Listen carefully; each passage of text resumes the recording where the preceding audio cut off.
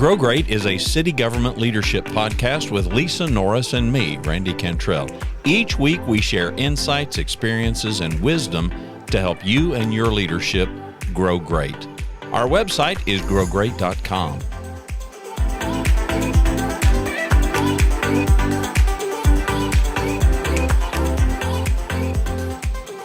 Well, if the audience hasn't listened to it, we were talking last week, Randy, about the hybrid workplace. We talked a lot. There was an article from DDI that we mentioned on the challenges with a hybrid workplace. And we kind of gave an overview and summary last week of here's what I see as the challenges. But then we talked kind of like we did on the former series. We want to take a deeper dive into each of these topics that can be listened to independently and they're just fine, but it's really relative to the overall hybrid work environment. What cities are, during COVID, where we all went straight home, work from home, while COVID was at its peak for those that could. And then everybody's been returning back to the workplace. And there's this discussion topic with so many of us, at least in my world, in Texas, in our HR state group, of are people still hybrid? Are they not hybrid? And how do we make it work? Because there's this constant issue of, are we productive? Does it work for all? We talked about fair versus equitable. You can't have your fire department, your police officers working from home because their role is in the community. Their vehicles, their tools are all based on the community itself and serving the community members live and kind of in person every day. So I thought we'd take a deeper dive on each of these topics and kind of hit them. We might have addressed them in a little bit different order in the intro as we were talking through all the challenges with a hybrid workplace. But I thought we'd first talk really deeply about culture, because culture is something I believe you have to have established already that is strong from a leadership perspective in order to make an effective hybrid workplace work for you and for your city.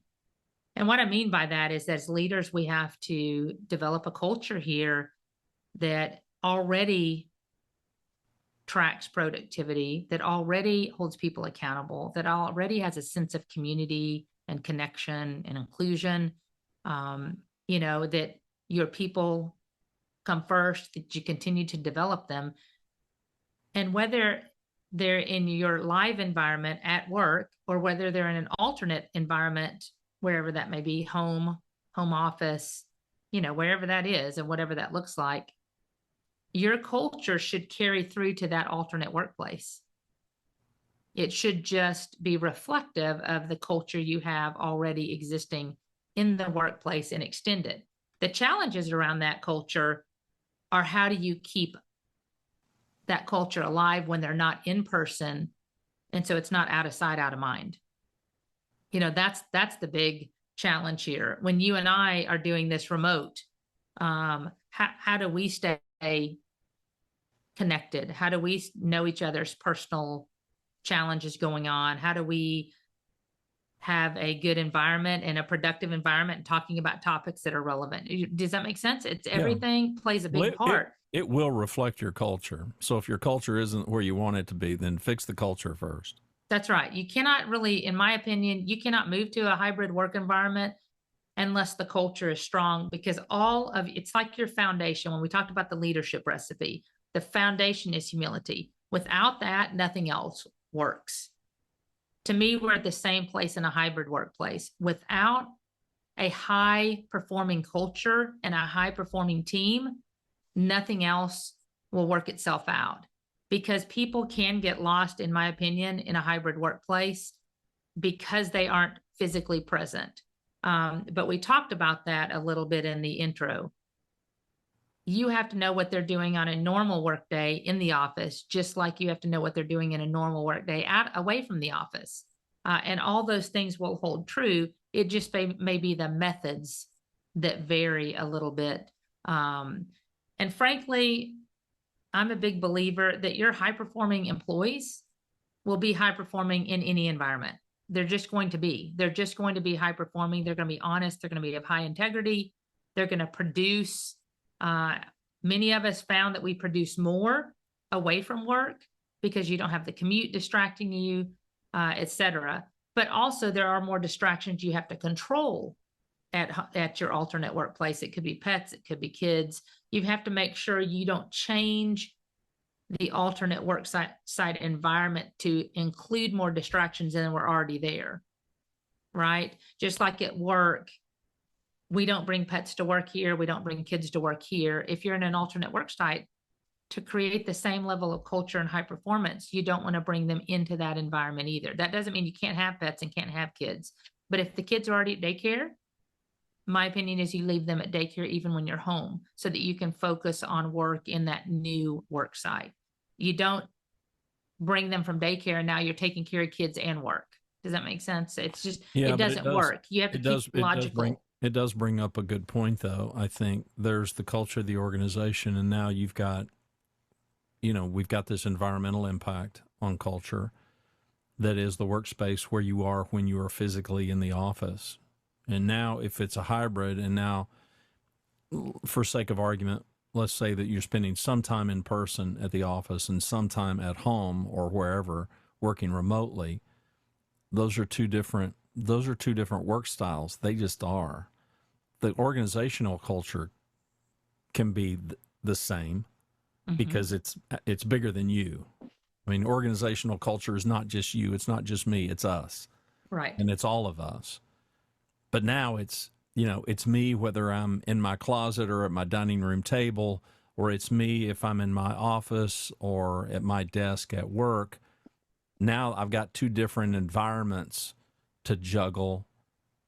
And it brings up a good point, and I think a valid challenge, and that is, how can we help the individual worker acclimate and accommodate to that? I mean, one of the big things that I hear, for instance, especially among high performers, is the inability to not work. That's right. Because it's more convenient. Yeah, because we're there, and there doesn't appear to be as much of a hard stop when I'm at home, as opposed to, okay, I'm driving to the office. I know what time I'm driving there. I know what time I'm going to get there. I know what time I'm going to look at the clock and hope that it's 5 or whatever. And that all disappears. So yes, you have a hard start and you have a hard stop typically. Now, I know many of us, we're going to kind of do what it takes to get the job done. And few of us probably start at X time and leave at X time. But there are a few that are in very good control of that. But you're right. It's crystal clear when you're having to leave home to go there. Right. It's much more difficult. And I'm saying this from my perspective when I did do it. If I was ready 20 minutes early, I'd jump on. I didn't wait and say, I'm not going to connect until 7. Yeah, right. If I was ready at 6:45, I jumped on and got some stuff done. The meetings, the productivity of meetings, and we'll talk about that in the productivity show that is relevant to this, that deep dive. But it is different on the culture. Your values. Let's talk about that for a minute. The values of our values at Grand Prairie are people, service, and integrity. Those should be held whether you're at home, at work, in your office, wherever you're at. The values are still upheld. The service level should be the same. We just may not be in person as much, but you have to account for what's interesting when you're talking about culture. The experience from the customer has to be the same. So if so the challenge that we have in providing a culture of service is the availability and the accessibility to our staff. And I'm sure that I'm just talking HR at the moment, but any city business, any city department that is serving customers, internal or external, has to be able to count, if you're going to do a hybrid workplace, for the same level of service and what tools or resources might you need to incorporate to make that feel the same from an experience standpoint. And for instance, where we have a lot of our business working with retirees, answering customer calls on benefits, handling class comp requests of, surveys and studying our market on pay. That can all be done from anywhere. That's behind the scenes. We're gathering data, incorporating it into a spreadsheet. But what we have to account for is, what about walk-ins? What about when our when the doors are open, those that come to the counter that aren't a phone call, that aren't a scheduled meeting, we have to be able to serve them. I can't send both my ladies at the front counter home to work from home. I can't alternate their days, right, to create a culture and an experience that the customer still needs. But might we need tools where they could log on to a computer to get a remote or virtual experience and put some headphones on? Maybe we have to have coverage at the front for the people that are in office and make sure somebody is sitting up there every day for the walk-ins. We haven't yet explored that yet because we've been able to alternate the days of the two staff. So when we did work from home and one of them had to be there present for the full day, the other one could be off the full day.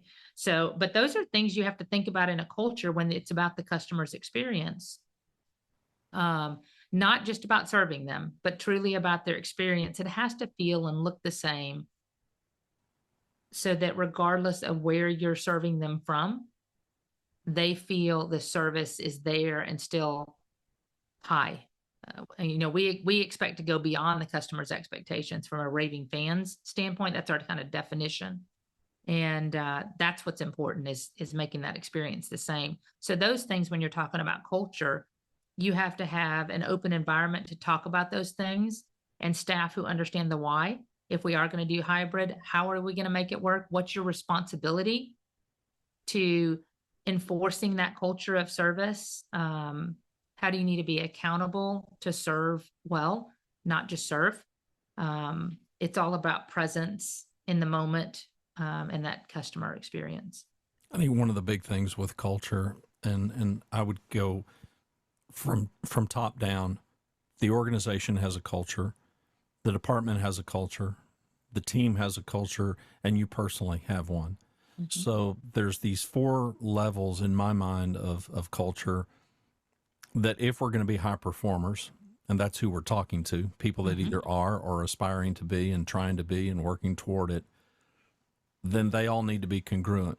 Mm-hmm. My personal culture has got to be congruent with my team, my department, and my organization. And every director in every city is going to have a somewhat different or unique culture. That doesn't mean that it's not congruent with the organization's culture. Ideally, the organization's got a really high-performing culture, but I know that everybody listening to us is not so blessed. That should not prevent you from having your own high-performing culture in your department or on your team. But now within a team, now the individuals in that team, it's got to be congruent. I've got to have the individuals on my team with a culture in their own lives professionally that's congruent with the way our team rolls. Otherwise, it's all broken. So having said that, when we get to this hybrid workplace, one of the elephants in the room for me is expectation, because we're trying to figure this out. And if you think that you're going to sit down or you're going to spreadsheet or you're going to collect data and you're going to come out of the gate and you're going to have it all perfect, you're not. Mm-hmm. There's going to be so many things that are unintended consequences that are going to bite you. There are going to be so many things that you thought were a good idea, but they're going to turn out to not be a very good idea because they're going to cause more damage than you could have ever foreseen. And now I think you're prone to have people that are, well, but you said, or, but it was because I've heard that. I've heard that over the last 2 years. A company would come out with some edict. Here's how we're going to roll. Here's how we're going to do it, only to find out what I just said is true. Well, that ain't working. It ain't working the way we thought it would work. And now they're having to backtrack and they're having to do some things. And now team members are hacked because they expected that out of the gate, it's going to be, I would stress to anybody who's embarking on this journey, everybody has got to be on board knowing we are figuring this out. This is a work in progress. So we reserve the right to back off of something because, I mean, every organization, every team has got all kinds of examples of things that everybody thought was a great idea. Everybody was on board with it. And within 36 hours, we realized, here's something that happened and we didn't see that coming. And so I think you need to manage as best you can and lead the expectation for yourself as a leader and for everybody involved that this is a moving target, at least for a period of time, and it may be forever. And frankly, high-performing teams, in my experience, are teams that know it's not written in stone. Nothing's written in stone. Now, I'm not talking about messing with people's pay and benefits. Mm-hmm. Those etched in stone, right? But when it comes to some of these things, I've had way too many leaders express complete frustration because they allowed people to work remotely more, and now that they're cutting back, they're getting a lot of resistance and a lot of feedback. And in some cases, it's the fault of leaders because they haven't been as forthright. They haven't been as open and as candid as they probably could have been. And in other cases, the employee is, they're just expecting that I got this and I'm always going to have this. I'm able to work 5 days a week from home and I'm never going to have to go back into the office. And wait a minute, now you're asking me to come back in the office 2 days a week. So I don't know in your mind if all of those things are so much a culture thing, but in my mind, they are, because the expectations matter. Yeah, it is important because when you're talking about culture, when you're talking about all those expectations, you want to avoid creation of an entitlement mentality that I am entitled to work from home because you let me work from home, right? And so much of it, I believe, is the explanation of the why. When we were initially doing this, even during COVID, I said we're gonna do this, but we want to make us shine through this period. And what that means is, and I explained, we need to be productive in every minute. Just like you would be expected to be here, you need to be present in every minute. You need to be available on camera so the customer can see you and you look and feel the same as if you were at work, for this to work for all of us. And any deviation from that, we're going to have to pull back.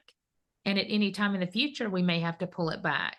And we did have people come back to work. And some departments, I had my team actually come back to work fully. And there were still other teams that weren't. But I explained the why. I felt like we needed to be present. There was a lot of customer demands. There were just needs at this time that I felt would be important, and perspectives that I kept in mind, sensitivity around hybrid workplace at that moment. So I said, let's just all come back to work. Let's get our unity reestablished. I mean, there was a lot of whys that I'm a transparent leader. I'm not going to blow smoke. I'm going to tell you what is and what isn't and why, so that they at least understand. They don't have to agree with the perspective, but I want them to understand why I made the decisions that I made when I can communicate those. So I think it is important that we understand that, and that you as a leader explain it. And that in our case, we had them sign memos around it, because I said, I don't want there to be any discrepancy in the expectation. And let's plan on the fact that we'll likely come back in the office in the future. But right now, in order for us to work from home, here's the expectation model that each of us needs to live up to continue to be a high-performing team and to serve our customers well. And that's what was critical. So as it relates to culture, what are some lessons that you've learned so far in your journey? Well, one of the biggest things, and we'll take a deeper dive on that, is the culture I've established here is serving one another, not just our customers. In other words, it's understanding the needs of each one of us in that moment, that the support that each of us has to offer to one another on life and what we're going through in a moment. That's really important to me. So keeping connected as part of our culture was critical, and supporting one another through work and life. The second part of that is growth and development. I am a big proponent of developing and stretching my team members to get where they want to go. We set expectations, and I meet with them to kind of establish, what are you looking for? What do you want to do down the road? Where do you want to grow and expand knowledge? And I try to engage them in activities along the way that expose them to those things. And then we talk about it. There's discussion after the fact. Or I'll give them activities or a group, team project and say, this is one component. And I always kind of establish the why. I want you to be exposed to this. This is what I'm looking for as a leader, as an outcome. And so it helps them kind of understand this specific project is for your benefit. So those you have to continue in a hybrid workplace. You cannot just, my experience, the most I worked with leaders in our workspace is the challenge of, again, out of sight, out of mind. They're not there. I assume they're doing the work that needs to get done. But I challenge leaders, it is not just about the work. We can be taskmasters and just get the work done and knock it out and say 10 of my 12 tasks got done today. But what did we do to connect? What did we do to engage with one another? How did we still enjoy laughter and me walking around the office doing check-ins 3 or 4 times a week of how's everybody doing? Do you have a good weekend? You have to continue those in a hybrid workplace, no different than if they're here, because connectivity shouldn't matter the location. Right? Did the hybrid stuff, did it diminish or cause any negative impact on your culture? I would say it was challenging at first, but I'm not sure if that is all due to just the hybrid workplace or the unknowns of COVID generally and the impact HR had in supporting the entire organization during that time, because that was a lot of stress and unknowns that we had to work through. So, but it did present challenges. I can definitely, not so much that the culture was diminished, but in finding ways to continue. Like I would see gaps. I would see gaps in people aren't connected anymore. I could tell they're missing one another. And so I had to figure out unique ways virtually to get the same level of connection when you're not in front of, I don't think anybody can argue the fact, you and I have talked about this, Randy, seeing you in person just has a benefit component you cannot get anywhere else. When you're in person with somebody, the physical engagement just is different. Don't you agree? It is, but I would tell you that there was also an enormous benefit. I heard it over and over again, and very early on in the pandemic, there was an observation, and it really came to light during the NFL draft, which was televised. And that year, the NFL draft, we were accustomed to seeing all these coaches in their war room, like here in Dallas, we were accustomed to seeing Jerry Jones and his team there at their facility, and they weren't. They had webcams in their house. And the one that got some of the most press was Cliff Kingsbury, who was the head coach at the time for Arizona. Here's a young guy, he's Coach Bro. He's cool, he's hip, and he's got this gorgeous house that we got to see. He's sitting on his sofa and he's looking at the big screen, and there's cameras in there. And it was following that I had a number of business owners and CEOs remark that we were able to see inside people's houses for the first time. Yeah, it's personalized. Yeah, and because now I'll make a distinction here, because I agree with you. You're forward facing and you're dealing with customers and whatnot. Yeah, it's tantamount to the newscaster, and you see them with their shirt and their tie and their coat on.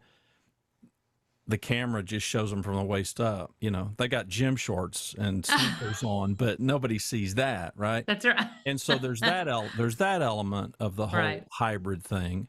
But then there's, what if you get your team together, and in getting your team together, there is a little kid, we all remember, that dad who the little kid is behind him, and right, he's trying to keep it together, well, the kid is just creating havoc in the background, and we all got a chuckle out of it, or the cat that walks in front of the screen and stuff. When it's just our team together, I had so many people remark that made a huge impact in their culture that was for the better, better than it was otherwise because they Yes. were, we're kind of able to see each other in our natural habitat. Well, you definitely, I agree with that because we've talked about it before, but one thing, as I was trying to figure out how to keep this culture of connectivity, and my team had been asking for more team stuff generally in our culture, then I had to try to figure out how to do that successfully remote. Because at the time, we were all remote. We eventually went to a hybrid where we had a few in the office at a time.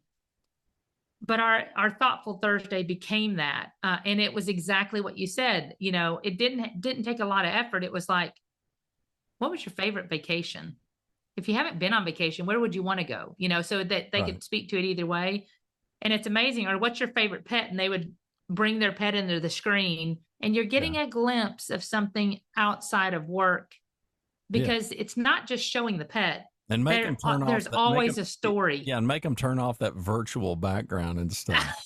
I mean, for instance, okay, full disclosure, I'm not going to do it. You better pay attention, folks. See if I can make it happen. I can't make it happen. Shoot. Okay, so I've got a white screen behind me. I'm in a walk-in closet. I mean, just perspective is everything. Yes, but it's that kind of stuff here. Oh, really? But it's there you go. See, there's his shirts. Yeah, there's my shirts, my suits, which I don't ever wear anymore. Yeah, exactly. Well, but it does give you a glimpse. It's the stuff that makes us. We connect with each other because of this kind of stuff. By the way, I've got shorts on too. Don't stand up, Randy. Don't stand up. I'm not. He's trying, for those that aren't watching, he's trying to now get his screen back up so it's a true white screen. Well, again. I've completely messed up. Look, I got shoe boxes on top of my screen. And bathroom tissue. You will not run out of toilet paper, which we also learned in the pandemic. Oh, I do have that up there too. Yeah. This is life in an apartment in a big city. So. There you go. Yeah, but it's that kind of stuff. That's the humanity stuff. And that's a big part of culture. Yeah. It's just, and it is, we're kind of dumping a little bit of this into the connectivity part of us being connected to each other. But culture isn't culture, separate. All of that. Culture is going to be a little bit of all of the stuff we're going to talk about, which is why we wanted to talk about it first. That's right. You have to know your people. You have to know their needs.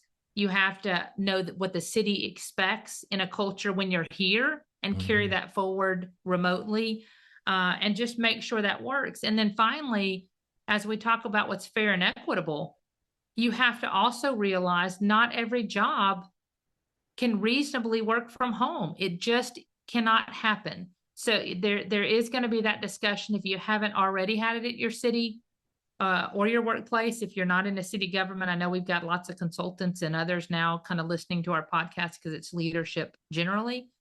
But when you look at a hybrid workplace, there just are things you can do and there are things you cannot do. And that is reasonable. And we just need to define them. Then you have to be able to communicate it so it makes sense to the person that cannot work from home. And in your workplace, you'll have to figure out what that looks like. I think everybody's exploring what are the differences. Should we be doing something different for those that have to work at the workplace? But every job is different. Every job has different expectation. Every job has different tools and resources needed. The audiences are different. The customers are different. There are just differences, plain and simple. And so you have to account for those. And in order for us to compete and keep workers, we are going to have to start looking at ways to find the best workers. And some of that may be not local. I mean, I would not be surprised in 10 years if many of our departments are remote workers at the rate it's going now, because so many accounting firms, so many payroll departments, they're all remote. I mean, these global corporations, like you said, you've worked globally with people in your business and it's all remote and you have never met them in person, but it's still effective and highly functional. Yeah, and it's been that way for more than a dozen years for me. Yeah, so, it'll be interesting to see because city government, we are a little bit behind in that, but we've also got, we have to be considerate. We have taxpayer dollars paying our salaries. There is something to being present where they can see. Do you know what I mean? We Yeah. do have the differences here versus private sector. So Yeah, I think sure. that's Well, also a and the component. eligibility, once we get to that, we can address that. So what are we going to, let's tease for next time. So what are we going to dive into next show? Yeah, so we've got culture we established here. We made that clear what that looks like. It needs to be carried through into whatever you do from a hybrid standpoint. Our next topic of discussion will be the eligibility, just like we were leading into who should and who shouldn't, or who can and who cannot work remotely, and what creates eligibility around that. That will be our next show. And then ultimately we'll follow up with the connectivity piece that we've talked a little bit about here, and the productivity piece that we'll all have to monitor as we move forward into these hybrid workplace discussions.